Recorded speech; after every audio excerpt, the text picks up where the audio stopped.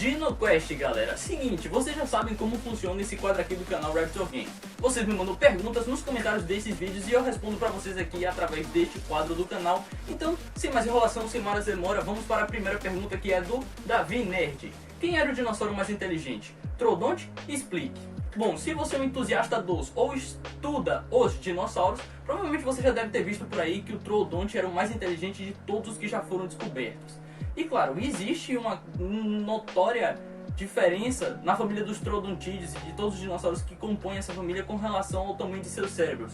Mas será que dizer que o Troodonte era realmente o mais inteligente deles tem algum embasamento científico? Na verdade, é um pouco difícil dizer se o Troodonte era realmente o mais inteligente deles, porque toda a história do Troodonte, da classificação dele, de todos os outros troodontídeos, é um pouco confusa. E levou muitos anos para se aceitar que existia um dinossauro da espécie Troodonte ou do gênero Troodonte. Também foram descobertos ao longo dos anos vários outros dinossauros que foram associados ao gênero Troodonte, depois deixaram de ser Troodontes e passaram a ser só Troodontídeos. Foi uma confusão, e essa confusão girava em torno não só do Troodonte, mas de outros dinossauros que hoje são aceitos como pertencentes à família do Troodonte, os Troodontídeos. Então é difícil dizer se ele é realmente o mais inteligente ou se não algum outro Troodontídeo da sua família, mas o que não se pode negar é que realmente os membros que compõem essa família são dotados de um grande cérebro, desproporcional ao tamanho do próprio corpo. É sério, vocês já devem conhecer outras espécies de dinossauros que têm cérebros muito grandes, desproporcionais ao tamanho dos próprios corpos. Mas o quão desproporcional o cérebro do Troodonte consegue ser em relação ao corpo deste animal é algo que não se pode comparar com o quão desproporcional o cérebro de outros dinossauros consegue ser em relação ao tamanho de seus respectivos corpos. Inclusive, através de tomografias computadorizadas, descobriram que o Troodonte tem um quociente de encefalização várias vezes maior do que o de outras espécies de dinossauros. Então, isso também ajuda a fortalecer essa ideia de que ele é um dinossauro realmente muito mais inteligente se for comparado a qualquer outro tipo de dinossauro. E essa é uma característica que eu não limito somente ao Troodonte, mas também aos outros Troodontídeos. Como eu disse, no passado houve todo esse problema, toda essa confusão em dizer se esse Troodonte merecia ser um gênero único, ter uma família própria, e se outros dinossauros tão semelhantes a ele, que já foram associados ao gênero Troodonte no passado, também não deveriam ter uma característica tão semelhante em relação à inteligência quanto o próprio Troodonte. Mas mesmo assim, por mais inteligente que o Troodonte conseguisse ser, a sua inteligência na verdade se compararia de uma galinha dos tempos modernos. Então, ele é tão inteligente quanto uma galinha. Próxima pergunta é do Rei 7. O Archaeopteryx, acho que se escreve assim, era enquadrado como dinossauro ou como ave? Aguardo ansiosamente, obrigado. De nada, Rei 7, vamos responder a sua pergunta agora. Para começar, o jeito certo de escrever Archaeopteryx é esse aí que está aparecendo na tela. Espero ter ajudado. E bom, acredite, ainda hoje isso é muito discutido. Sim, ainda hoje se discute bastante se o Archaeopteryx merece ser classificado como uma ave ou como um dinossauro. Atualmente, o que a paleontologia moderna faz é classificar este animal como a ave mais primitiva. Mas não se engane, não é o Archaeopteryx que é o responsável por ser o ancestral dos pássaros que nós temos hoje em dia. Na verdade, o que acredita-se é que o Archaeopteryx é um parente muito próximo de uma outra criatura que possivelmente foi ancestral dos pássaros que nós temos atualmente. E no passado, esse animal já foi catalogado como dinossauro de diferentes famílias de dinossauros que nós conhecemos hoje, como a família já citada dos Troodontídeos ou dos Dromaeosaurídeos. Sim, é uma classificação que também foi muito confusa ao longo de várias décadas e décadas de descobertas. Stênio Felipe, qual saurópode tem o maior pescoço dentre todos os outros? Bom, essa pergunta é um pouco ambígua. Quando você pergunta qual saurópode tem o maior pescoço dentre todos os outros, você pode estar se perguntando se é o maior pescoço que já foi medido dentre todas as espécies de saurópodes já descobertas, medido ou estimado, ou se é o maior pescoço em comparação ao seu próprio corpo. É claro que existem saurópodes maiores que outros, mas mesmo assim o seu pescoço pode ser maior em relação ao seu próprio corpo do que se comparado a outra espécie. Para todos os casos, eu vou responder essa pergunta para as duas possíveis interpretações que ela possa ter. Primeiro, qual é o maior pescoço de um dinossauro já medido ou estimado? Esse prêmio por enquanto eu vou deixar com o Supersauro. Sim, esse animal pode ter sido um dos maiores saurópodes que já existiu, viveu no período Jurássico e tinha um pescoço que era estimado para mais de 14 ou 15 metros de comprimento. Já o seu tamanho ficava o quê? Por volta de 30 a 33 metros de comprimento, por aí. Já para outra possível interpretação para essa pergunta, que é: qual é o dinossauro com maior pescoço em relação ao seu próprio corpo? Se comparado com todas as espécies de saurópodes que já foram encontradas, nós temos o Mamenksauro. Sim, o Mamenksauro é um animal que possui muitas espécies. Sim, existem muitas espécies de Mamenksauros. Este é um animal que viveu no leste da Ásia também no período Jurássico e também foi um dos maiores saurópodes que já foram encontrados. E o seu pescoço é considerado maior em relação ao seu próprio corpo, porque ele tinha praticamente metade do tamanho do comprimento do corpo inteiro do animal. Coisa que o pescoço do Supersauro, apesar de ser maior em comprimento, não conseguia fazer, né? Ele era muito grande em comprimento, mas não conseguia ser do tamanho de praticamente metade do próprio corpo. Para exemplificar isso, uma das espécies de Mamenxauros, que é o Mamenxaurus rokuanensis, um dos indivíduos encontrados, né, foi estimado para cerca de 18 metros de comprimento, e só o pescoço dele tinha 9,3 metros. Outro espécime descoberto de Mamenxauro foi estimado para cerca de 22 ou 26 metros de comprimento, e só o pescoço desse animal tinha 12 metros, que também é praticamente metade do tamanho do corpo inteiro. Agora vem o grande porém dessa questão. Existe uma espécie de Mamenxaurus chamada Mamenxaurus sinocanadorum. Essa espécie, que possui muitos poucos fósseis encontrados ao redor do mundo, é estimada para ser a maior das espécies de Mamenxaurus já encontrada.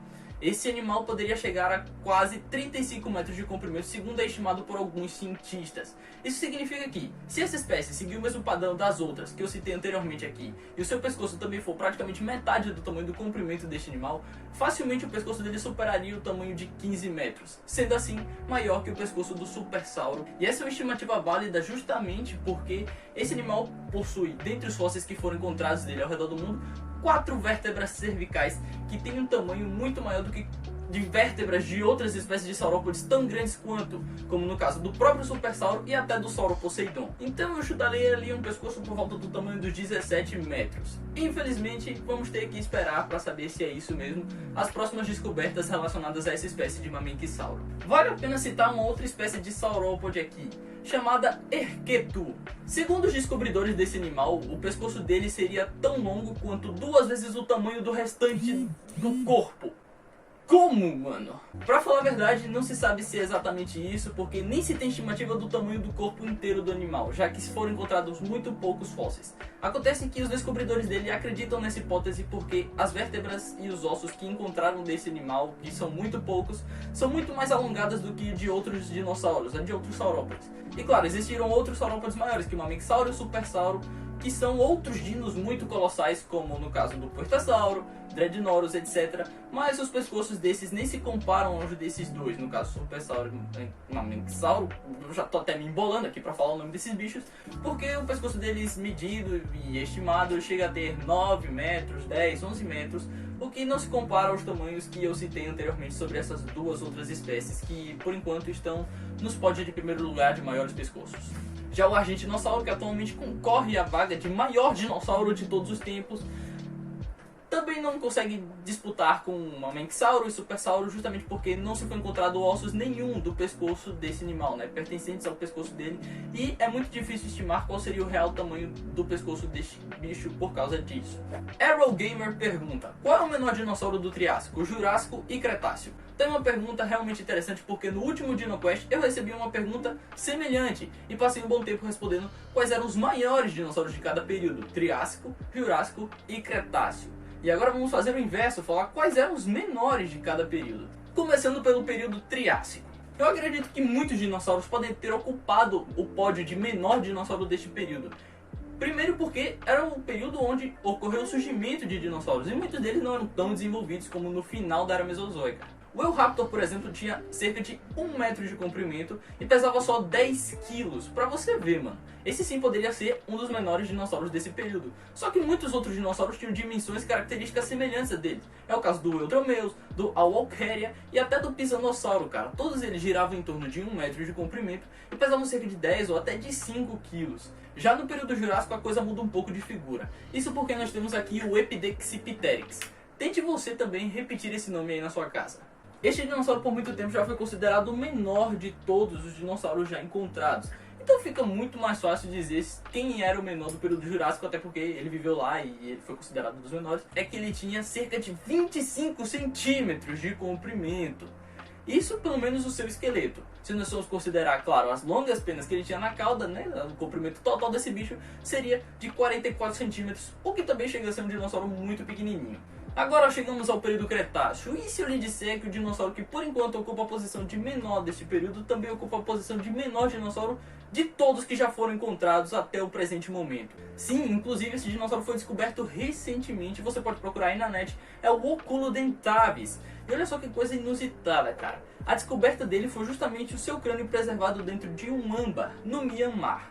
E só o seu crânio media pouco mais de 1 centímetro, cara. 1 centímetro! Acredita-se que o corpo inteiro deste animal media aproximadamente 5 centímetros de comprimento. Cara, é realmente uma criatura muito pequena, mas aí entra o porém. Por enquanto, estão considerando esse bicho como sendo um dinossauro, mas ele vai acabar caindo na mesma discussão do Archaeopteryx. Se ele é realmente um dinossauro ou se ele deve ser classificado como uma ave. Se ele não for um dinossauro, então o menor dinossauro encontrado até o presente momento terá sido o Epidexipteryx, e o menor dinossauro que provavelmente viveu no período Cretáceo será o Microraptor, uma criatura de aproximadamente 30 centímetros de altura, 77 centímetros de comprimento e 1 metro de envergadura. E vamos para a pergunta do Zart Omega. Qual era o dinossauro mais rápido, em termos de agilidade e velocidade? Estima-se que o Struthiomimus poderia correr a velocidades entre 50 e 80 km por hora, mano. Olha isso! E outros ornitomimídeos, que são parentes próximos do Struthiomimus, possuem velocidades dentro desse gap, até porque são criaturas muito semelhantes entre si e pertencentes a uma mesma família. Isso vale principalmente para aqueles ornitomimídeos com dimensões semelhantes à do Struthiomimus. Rex BR-450, nossa, é um código isso. É verdade que os tiranossauros machos eram menores que as fêmeas? Bom, existe esse mito aí de que os machos eram menores que as fêmeas entre muitas espécies de dinossauros, justamente porque na atualidade existem répteis onde os machos são menores que as fêmeas de fato. Claro que a hipótese de os machos serem menores que as fêmeas não pode ser descartada, mas é algo que é inconclusivo até o presente momento. Foram encontrados, por exemplo, esqueletos de tiranossauro que foram batizados com nomes masculinos, nomes femininos, mas não dá pra saber se realmente eles eram macho ou fêmea só olhando para suas ossadas. O único jeito realmente de diferenciar um dinossauro macho de uma fêmea é se na sua ossada existisse alguma estrutura que fosse usada para o dimorfismo sexual desses animais. E para encerrar, temos a pergunta da Poliana Freza.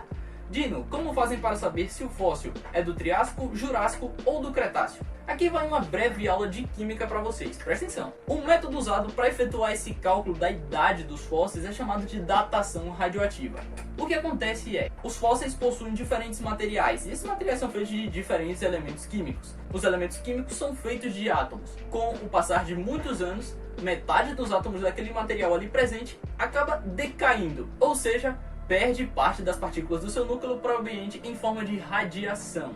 E o tempo que leva para isso acontecer é chamado de meia-vida. Cada elemento químico tem uma meia-vida própria. Eu vou usar o carbono 14 como exemplo aqui justamente porque a datação por carbono 14 é o método de datação radioativa mais conhecido por aí afora. Assim, você encontra o fóssil com uma determinada quantidade de carbono 14, por exemplo, e faz o cálculo no processo inverso.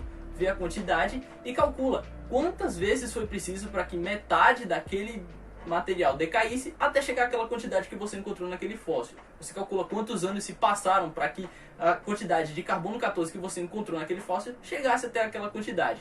Só que, claro, o carbono 14 só permite fazer isso para fósseis de até 70 mil anos. Isso porque a meia-vida dele é muito pequena em comparação a de vários outros elementos químicos. Praticamente qualquer quantidade de carbono 14 que é encontrada nos fósseis só duraria cerca de 70 mil anos, e se passasse mais disso ele iria reduzir a uma quantidade tão pequena, com as metades dele que iriam decaindo, que praticamente se tornaria imperceptível ou tornaria os cálculos muito incertos. Por isso que para fósseis muito mais antigos, como de dinossauros que são de milhões de anos atrás, utiliza-se a datação radioativa com outros elementos químicos que não são à base de carbono. Nesse caso pode-se usar potássio, urânio, entre outros elementos químicos que têm meia-vida de bilhões de anos. E bom, acho que o conteúdo do vídeo já tá bom por hoje, né? Eu espero realmente que vocês tenham gostado e tenham aprendido muitas coisas sobre dinossauros e o mundo pré-histórico aqui. Se vocês tiverem mais perguntas, e por favor, comentem aqui, porque eu gosto muito de fazer esse quadro aqui pra vocês. Por hoje é só, pessoal. Valeu, falou e eu fui!